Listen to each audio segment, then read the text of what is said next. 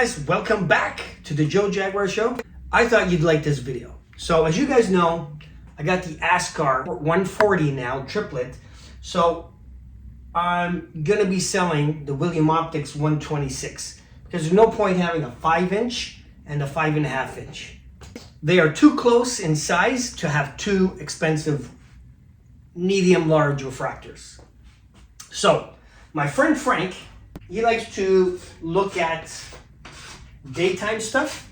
So I helped him find this guy, but this is not my scope. He lent it to me to do this video. So as you guys know, is a Meade Mak-Cass, or that's short, or Maksutov Cassegrain telescope. So this is a 127 millimeter. This is William Optics 126 millimeter refractor. There's a huge difference in size, as you guys can see. They're both 5 inches, but this one is, I don't know, probably 4 times longer. But I want to compare them. Now, normally I like to compare them on Saturn when the rings are nice and tilted and you can see the ring and see how sharp it is. Look at the Cassini division, look at the sphere of Saturn, and then the space between the planet and the ring. But because it's almost edge on, most of that is hard to see. And Saturn does have a little tiny bit of surface features, but it's not enough to distinguish between telescopes. So I think I'm gonna maybe try it on the moon and maybe Jupiter. So let's talk a little bit about each one, and you guys maybe tell me what you think or what's gonna win. Better image quality, better sharpness, because they're the same size, okay? And this one is called a planet killer. A Maksutov of this size, 5 inches, called, they call it a planet killer because Max actually come the second closest to like a pure refractor. So can 127 millimeter well-made Maksutov compare to a medium high quality 126 millimeter refractor, well-made? So let's talk about this guy here. I do think the Meade Max were made good quality, especially the ones made in the USA. Very short, very portable. They have really small central obstruction, really high focal length, 1900, so it's an f/15 telescope. Now, not many things are f/15 these days. So I've used them in the past, and this one is made in the USA optics. So you really can't get much better than that.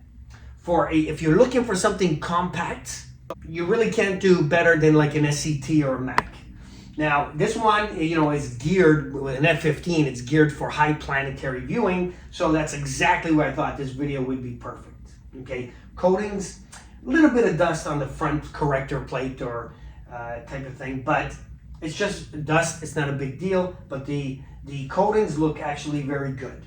So on this side, you have a William Optics 126 millimeter. So it's a pure refractor, and it's not just a regular achromat refractor, and it's not a ED with 51 glass. It's an ED with 53 glass, which is considered, the best kind of glass you can make, regardless if it's a double, triplet, or a quad or whatever.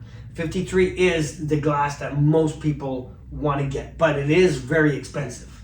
So this is William Optics 126. It's a focal ratio of only 7. So this one is actually even more than double the focal length. I believe this one is 980. I think. I don't think it says it at the front. It doesn't say it in the front. It just says focal ratio of 7.7. So basically you have to divide the focal length by the diameter of the lens, and then you get the focal ratio. Keep doing it till you get f7.7. Then you know your focal length. But anyway, could be in the manual. I don't know why they don't actually put it. It would be nice if it said 980. I'm pretty sure it's 980. Anyway, so it is a high quality refractor. Has a big 3.4 inch dual speed focuser. It's rotatable. So I think on this one, if I use like a 10 millimeter, would be equivalent roughly to about a 20 millimeter on here. Something like that. So I'll have to draw it out on the paper. So I want you guys to kind of think about, what do you think is going to be sharper, more contrast, more clear? We know portability is going to be on this guy compared to this guy. If weight and portability is your number one thing, you might want to settle for something like this, which probably would ride very nicely on like the SV Boney 225 AZ mount, because it's not very big and heavy. But this one is on a little bit bigger mount, but it is much longer and heavier. But anyway, we're going to be talking about what's going to be sharper, more clear and crisp image. And that's it. So I just thought I'd give you this guy as the promo video of these two scopes, what I want to do next, and we will see. I hope I can get Jupiter, because Jupiter is still really early in the morning, and it's going to have to be on a weekend when I'm off. And the only problem is too, I don't know if I want to stay up to 2:30 a.m. before doing the video. I might be finished by 3:30 to 4, or do I go to sleep, leave the equipment out there, maybe put a tarp over them so no one sees them, and then wake up and then do the video.